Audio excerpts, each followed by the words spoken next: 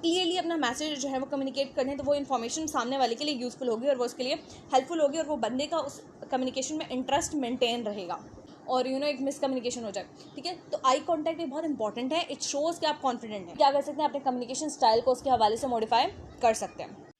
बिस्मिल्लाहिर्रहमानिर्रहीम, अस्सलाम वालेकुम एवरीवन। आज हमारा टॉपिक ऑफ डिस्कशन है that is tips to improve communication skills. I am gonna share with you 9 basic tips and tricks जो कि आपकी कम्युनिकेशन को एक नेक्स्ट लेवल पर ले जाएंगे। Okay, so let's move forward. सबसे पहले you have to keep your audience in mind. जब भी आप कम्युनिकेट कर रहे हो, जब भी आप बात कर रहे हो, ठीक है, या कोई मैसेज डिलीवर कर रहे हो, तो आपने ये देखना है कि आप किससे बात कर रहे हैं और क्या बात कर रहे हैं। ठीक है, आपको अपनी ऑडियंस का ज़रूर पता होना चाहिए। देखिए, कम्युनिकेशन का क्या मतलब होता है। कम्युनिकेशन का बेसिक पर्पज़ ये है, इसका बेसिक मतलब ये है कि आप जो चीज़ डिलीवर करना चाह रहे हो वही चीज़ डिलीवर हो टू द नेक्स्ट पर्सन। ठीक है, चाहे वो एक बंदा हो, चाहे वो 10 बंदे हों, चाहे वो 100 बंदे हों। ठीक है, अब जैसे मैं थ्रू दिस वीडियो आपके साथ कम्युनिकेट कर रही हूँ, तो जो चीज़ मैं आपको सिखा रही हूँ वो आपको सही तरीके से समझ आ जाए, तब मेरी कम्युनिकेशन स्किल्स जो है वो अच्छी होंगी। ठीक है, तब मेरी कम्युनिकेशन का कोई मतलब बनता है। ठीक है, तब ये कह सकते हैं कि मेरी कम्युनिकेशन जो थी वो इफेक्टिव थी। क्यों? क्योंकि मैंने जो मैसेज डिलीवर करना था आप लोगों को वो ईजिली डिलीवर हो गया, वो ईजिली आप लोगों तक पहुँच गया। ठीक है, तो ये है कम्युनिकेशन स्किल्स का असल मकसद। अब सबसे पहले आपने क्या करना है, आपने अपनी ऑडियंस को देखना है कि आप किस तरह की ऑडियंस से बात कर रहे हैं।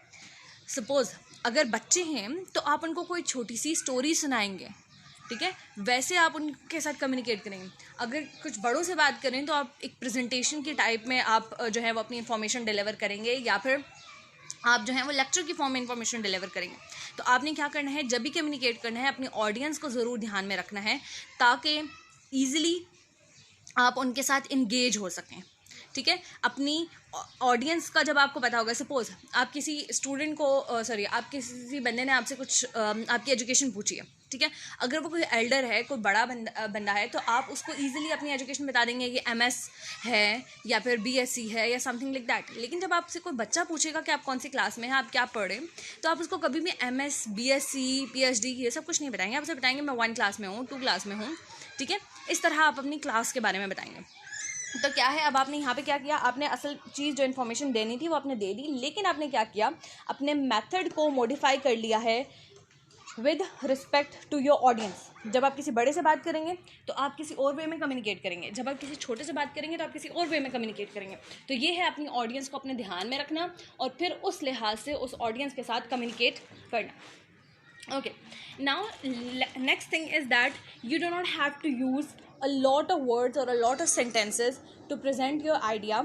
ठीक है, या जो भी इंफॉर्मेशन आप प्रेजेंट करें, क्योंकि आपकी ऑडियंस चाहे पहले कितनी ही इन्वॉल्व क्यों ना हो कम्युनिकेशन में, लेकिन अगर आप इधर उधर की बातें करना शुरू हो जाएंगे और इररेलेवेंट इन्फॉर्मेशन देना शुरू कर देंगे, ठीक है, तो क्या होगा कि आपकी ऑडियंस कभी भी आपकी जो वो टॉपिक है उसको उतने इंटरेस्ट से नहीं सुनेगी, आपकी जो टॉपिक है उसको इतने इंटरेस्ट से उसका फीडबैक नहीं देगी, रिस्पॉन्स नहीं देगी। ठीक है, और वो क्या हो जाएंगे, थोड़ी देर में बोर हो जाएंगे और उसको छोड़ देंगे। सपोज़ अब जैसे मैं आपको कोई वीडियो में कुछ समझा रही हूँ, ओके, तो अब अगर मैं इररेलेवेंट इन्फॉर्मेशन देना शुरू कर दूँ इसमें कि भाई मैंने ये स्लाइड कैसे बनाई है, मैंने इस पर कितना काम किया है, मैंने इन्फॉर्मेशन कहाँ से ली है, किस तरीके से ली है, नहीं, आपने वीडियो देखी ही इस वजह से है क्योंकि आपने कम्युनिकेशन स्किल सीखनी है।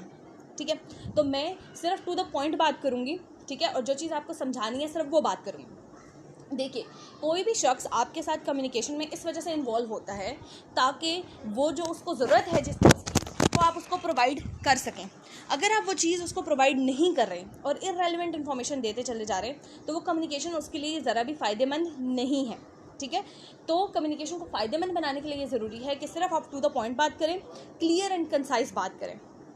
ठीक है, और क्लियरली अपना मैसेज जो है वो कम्युनिकेट करने, तो वो इन्फॉर्मेशन सामने वाले के लिए यूज़फुल होगी और वो उसके लिए हेल्पफुल होगी और वो बंदे का उस कम्युनिकेशन में इंटरेस्ट मेंटेन रहेगा। Then you have to consider the best method to deliver your message. Suppose अगर किसी बंदे के साथ जूम मीटिंग में आप अपना मैसेज ईजिली कम्युनिकेट कर सकते हैं तो आप क्या करोगे, ऑनलाइन मीटिंग का मेथड यूज़ करोगे। लेकिन अगर आप किसी बंदे के साथ ऑनलाइन जो है वो अपना मैसेज कन्वे नहीं कर सकते, ठीक है, सपोज़ कुछ लोग होते हैं जिनको आप सिर्फ एक मैसेज सिंपली सेंड कर दो तो वो आपने अपना मैसेज ईजिली कम्युनिकेट कर दिया उनको। ठीक है, आपने जो इन्फॉर्मेशन उनके साथ शेयर करनी थी वो ईजिली कम्युनिकेट हो जाती है, तो आपने सिर्फ ये मेथड यूज़ कर लिया मैसेजेस वाला। दूसरा मेथड क्या हो सकता है, आप उनके साथ ऑनलाइन मीटिंग कर लो। तीसरा मेथड हो सकता है आप उनके साथ फेस टू फेस बैठ के वो चीज़ डिस्कस कर लो, ठीक है। तो यहाँ क्या है, डिफरेंट मेथड्स हैं, लेकिन ऑडियंस के लिए कौन सा कन्वीनियंट है, या जिस बंदे को अपनी इन्फॉर्मेशन शेयर करनी है उसके लिए कौन सा मेथड कन्वीनियंट है, उस हिसाब से आप अपने मेथड को मॉडिफाई करते हो, उसको चेंज करते हो। अब इसके लिए डिफरेंट मीन्स हो गए, आप सोशल मीडिया यूज़ कर सकते हो, आप ईमेल यूज़ कर सकते हो, आप जो है वो लेटर्स की फॉर्म में कर सकते हो, आप फेस टू फेस कम्युनिकेशन कर सकते हो, प्रेजेंटेशन की फॉर्म में अपना मैसेज डिलीवर कर सकते हो। They are different methods, but अपनी कम्युनिकेशन स्किल्स को इम्प्रूव करने के लिए आपने सबसे पहले ये ध्यान में रखना होता है कि कौन सा ऐसा मेथड होगा जिसके ज़रिए से मैं अपनी बात सही तरीके से समझा सकूंगा सामने वाले को, ठीक है। क्योंकि असल मकसद कम्युनिकेशन का तो यही है ना कि आप अपनी बात इसी तरीके से ईजिली समझा सकें और वो जो मैसेज आप डिलीवर करना चाह रहे हैं वो बंदा उसको सही तरीके से समझे। तो अगर किसी एक मैथड में कोई मसला आ रहा है, then you have to modify the method, you have to change the method, और आप दूसरे मैथड की तरफ शिफ्ट करोगे। सपोज किसी को लेक्चर्स की फॉर्म में समझ नहीं आ रहा, ठीक है, तो आप क्या करोगे, उसके साथ क्वेश्चन आंसर का सेशन लगा लोगे कि उसको आपकी बात इजीली समझ आ जाए। तो यहाँ आपने क्या किया, आपने लेक्चर को क्वेश्चन आंसर मेथड में शिफ्ट कर दिया, आपने मेथड को मॉडिफाई कर लिया, ताकि जो है जो मैसेज आप कम्युनिकेट करना चाह रहे हैं, जो इन्फॉर्मेशन आप शेयर करना चाह रहे हैं, वो ईजिली शेयर हो सके। Next, you have to get them involve. जब भी आप जिसके साथ कम्युनिकेशन करना चाहो, आपने उसको क्या करना है, इन्वॉल्व करना है with in your communication, with in your method जिसमें आप इंफॉर्मेशन शेयर कर रहे हो। उससे क्या होगा, सपोज जैसे मैं आपके साथ ये लेक्चर शेयर करती हूँ और मैं आपसे बोलती हूँ कि आप कमेंट्स में अपना फीडबैक दें, आप कमेंट्स में मुझे बताएं कि कौन से टिप एंड ट्रिक आपको समझ नहीं आई, ठीक है। उस हवाले से आप मुझे जो है वो अपनी थॉट्स और फीलिंग्स वगैरह शेयर करें, ताकि अगर आपको नहीं समझ आई तो फिर मैं एक और वीडियो बना के उसको ज़्यादा अच्छे तरीके से, ज़्यादा मॉडिफाइड फॉर्म में वो चीज़ आपको समझाऊँ, ज़्यादा सिंपल करके एक्सप्लेन कर सकूँ, ठीक है। तो ये मैंने क्या किया, थ्रू कमेंट्स मैंने आपको इन्वॉल्व किया है इस वीडियो में, मैंने आपको इन्वॉल्व किया है इस मेथड में, आपको इन्वॉल्व किया है इस कम्युनिकेशन के प्रोसेस में, ताकि क्या हो जाए कि मुझे समझ आ जाए कि आपको कितना समझ आए। एंड आपको भी जो है, जब आप फीडबैक देंगे, आप मुझे रिस्पॉन्स देंगे, तो आपको मुझे पता चल जाएगा कि आपको कौन सी इन्फॉर्मेशन सही पहुंची है, कौन सी इन्फॉर्मेशन सही नहीं पहुंची, ठीक है, या कौन सी चीज़ को मॉडिफाई करने की ज़रूरत है, ठीक है। तो यूँ क्या हो जाएगा कि कम्युनिकेशन जो है वो आहिस्ता आहिस्ता ज़्यादा अच्छी होती चली जाएगी। Then leverage face to face communication when possible. Face to face communication इस वजह से हेल्पफुल होती हैं बिकॉज आप जब एक बंदे के साथ आमने सामने बैठ के बात कर लेते हो ना, ठीक है, तो आपको ये समझ आ जाता है कि वो सामने वाला किस टोन में बात कर रहा है, ठीक है, उसकी बॉडी लैंग्वेज कैसी है, उसके फेशियल एक्सप्रेशंस कैसे हैं, तो जो आपको डिफरेंट क्लूज़ मिलना शुरू हो जाते हैं from that persons body language and different behaviours, ठीक है। तो आपको समझ आ जाती है कि अच्छा ये जो इसने बात की है वो तंजिया की है, या वाकई कोई समझाने वाली बात की है, या इसने हमदर्दी से वो बात की है, या फिर ये मुझ पे हंस रहा है, ठीक है। तो फेस टू फेस कम्युनिकेशन बहुत ज़्यादा हेल्पफुल हो जाती है बिकॉज आप आइडियाज़ और फीलिंग्स वगैरह को बहुत अच्छे तरीके से डिस्कस कर लेते हैं। और ये बाकी कम्युनिकेशन स्टाइल से इस वजह से भी बेहतर होती है बिकॉज सपोज आपने ऑनलाइन को मैसेज सेंड किया लेकिन सामने वाले का व्हाट्सएप ख़राब है, या सामने वाले का इंटरनेट कनेक्शन सही नहीं है, ठीक है, उसको चंद मैसेजेस पहुँचे, चंद नहीं पहुँचे, ओके। तो यूँ क्या हो जाएगा कि जो डिसीजन उसने उन मैसेजेस के बेस पे लेना है वो डिसीजन में नहीं ले पाएगा, वो गलत हो जाएगा, ठीक है। तो यहाँ पर क्या हो गया कि मिसकम्युनिकेशन हो गई, जो मैसेज सही तरीके से डिलीवर होना चाहिए थे वो नहीं डिलीवर हुआ। तो आमने सामने बैठ के बहुत सारे आइडियाज़ वगैरह at the same time discuss हो जाते हैं, बहुत सारी एम्बिग्विटी से आप बच जाते हैं। आप सामने वाले के साथ उसी वक्त डिस्कशन में इन्वॉल्व होकर आप मतलब सपोज आप सामने वाले ने आपसे कोई बात की लेकिन आप जो है वो आपने उस बात को नेगेटिव ले लिया, तो आप उससे पूछ सकते हैं कि भाई मैं इस बात को इस तरीके से समझूं कि आपने इसी सेंस में बात की है, ठीक है, आपने नेगेटिव सेंस में बात किया, पॉजिटिव सेंस में बात किया।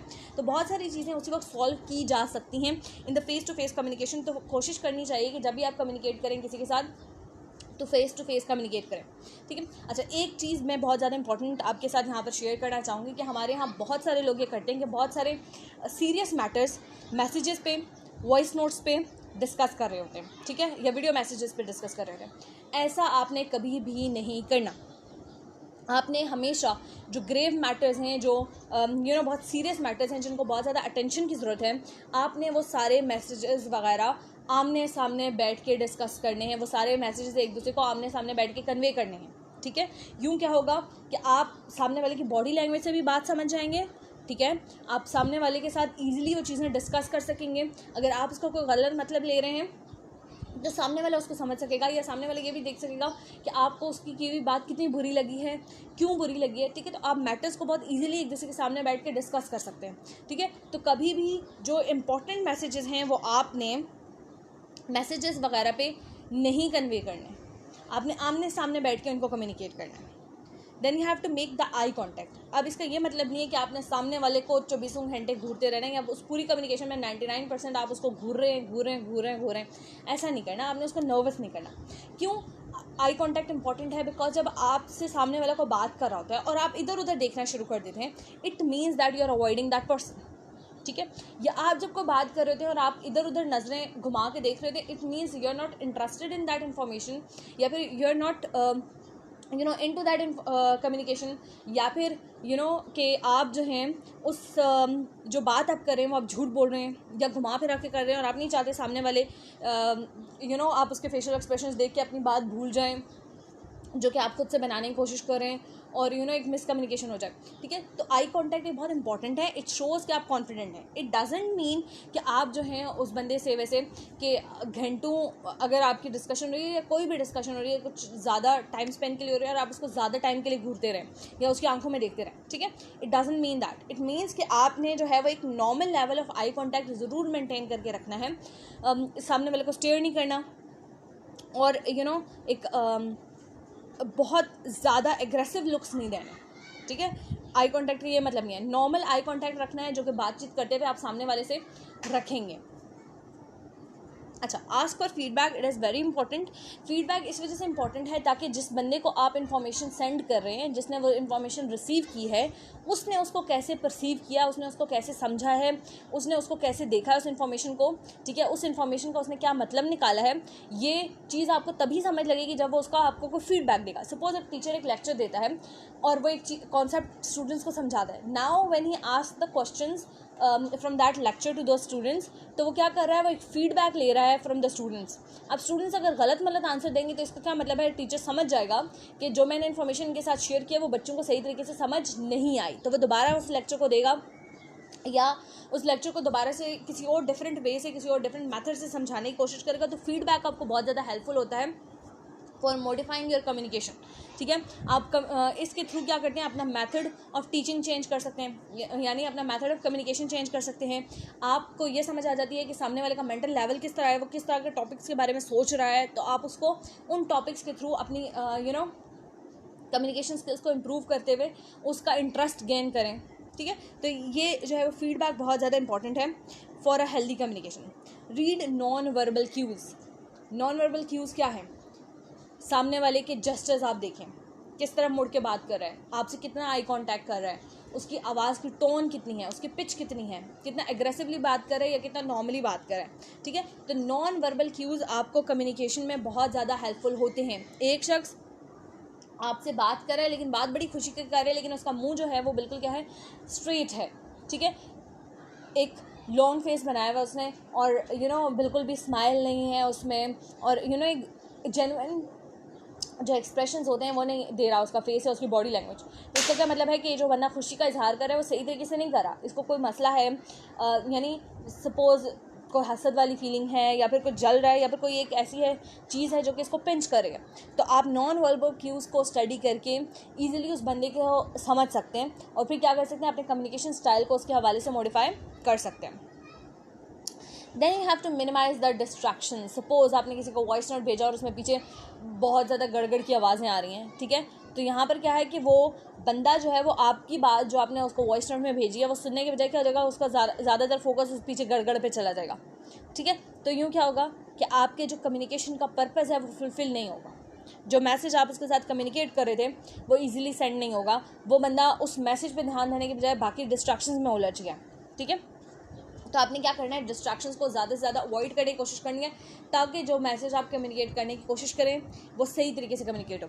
अब डिस्ट्रैक्शन डजंट ऑलवेज मीन कि वो कोई साउंड ही हो, ठीक है। डिस्ट्रैक्शन ये भी हो सकती है कि आपका जो, अगर आप ऑनलाइन बात कर रहे हो तो आपके जो सिग्नल्स हैं उनमें डिस्ट्रप्शन आना शुरू हो जाती है, ठीक है। या आप चंद मैसेजेस सेंड करके चंद मैसेजेस सेंड नहीं करते, या आप बिला वजह के सपोज इमोजीज फिजूल में आप भेजना शुरू कर देते हैं, स्टिकर्स भेजना शुरू कर दें।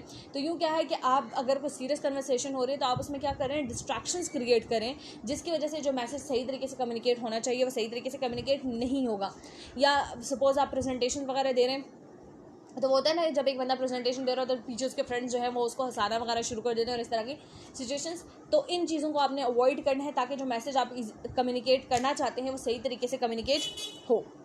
होप सो ये टिप्स एंड ट्रिक्स आपके लिए हेल्पफुल होंगी। अगर कोई चीज़ समझ नहीं आ रही है इसमें तो कमेंट सेक्शन आप लोगों के लिए है, वहाँ पर आप लोग डिस्कस कर सकते हैं, वहाँ पर आप लोग पूछ सकते हैं, ठीक है। और अगर कोई पॉइंट आप ऐड करना चाहते हैं तो वो ज़रूर ऐड कीजिए, वो मेरे लिए भी हेल्पफुल होगा, बाकी जो उसको रीड आउट करेंगे वो उनके लिए भी हेल्पफुल होगा।